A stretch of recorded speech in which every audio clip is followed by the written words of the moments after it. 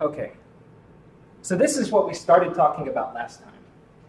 So we have what to change, we have what to change to, and we have how to cause the change. And what you see drawn up here are three tools that we use to identify how do we find the leverage point in the system. Now you can obviously find the leverage point in a system or the constraint in a system without using any of these tools.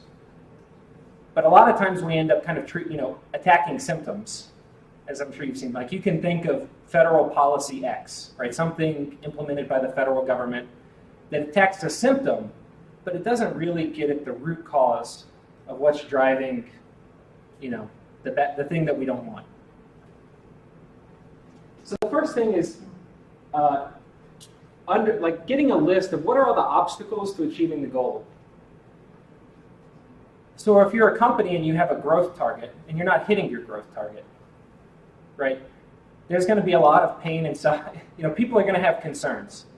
People are going to be pointing fingers, right? There's going to be a lot of that, and you have to capture all that. Because within those challenges, those are the things blocking us from hitting our goals. And within that is kind of the constraint. Some of those symptoms are going to point to what the constraint is in the system. But we're not going to list all the symptoms. The people giving me my inputs are late. Our suppliers are trying to mess with us. The software we're using is out of date, and every time we update it, it takes too long, and it ends up wasting huge amounts of time. And we're not going to go after each of those symptoms and attack them individually, right? Because that would not really be going after the constraint. It's just chasing the flavor of the day, right? Instead, what we're going to do is we're going to understand the cause and effect between those symptoms.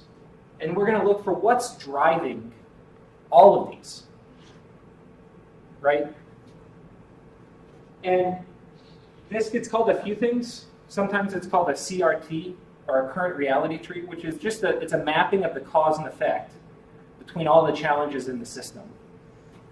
Other times we call it a vicious cycle, where you're saying there's some negative feedback loop that keeps throwing off all these bad effects. And we'll get into that. Raymond, explain what UDE stands for. UDE is an undesirable effect. So it's a challenge. It's something blocking you from hitting your goals. Now, it was funny. Somebody was asking me once, why in TOC are you always talking about like undesirable effect or all these negative things? Why can't it be positive? Why can't we talk about the good things in the system? Which was a good question. I had never gotten it before, after having done it for a really long time. And the answer is because you have to have an ambitious target and you have to see what's blocking you. If you're hitting all of your targets, right? If your system isn't challenged, everything's just humdinging along, you may not have many undesirable effects. Or the undesirable effects you have may not be the things blocking you from hitting your goals. But the second you challenge the system, the second things start getting behind, the second you're not hitting your goals, right?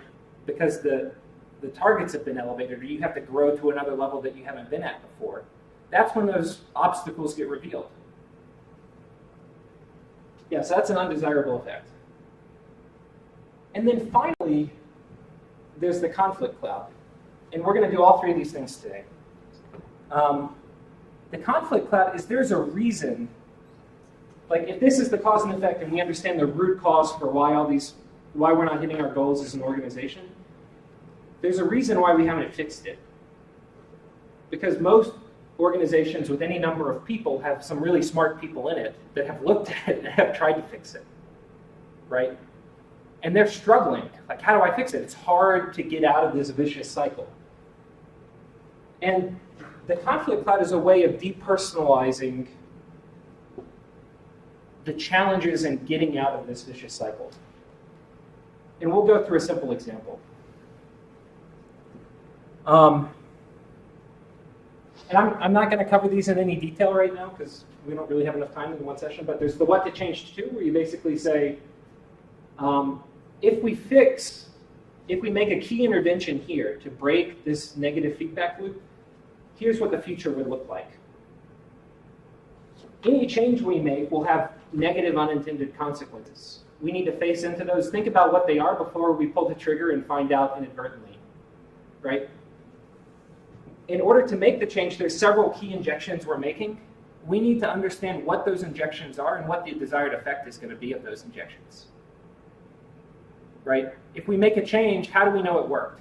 How do we know that it's going to give us this higher strategic objective we wanted it to give us? And so that's what those two are. And then finally, how to cause change, which is understanding what motivates people, right? So getting people bought in on the change. Because just because we figured out this is the best thing for the company or the agency, it doesn't mean everybody else has, and they probably have their own ideas. So how do we start to build alignment and to build a coalition? And then how do we actually make the change? Manage it, execute it, and then when problems pop up, figure out what they are. But like I said, today we're just going to do what to change.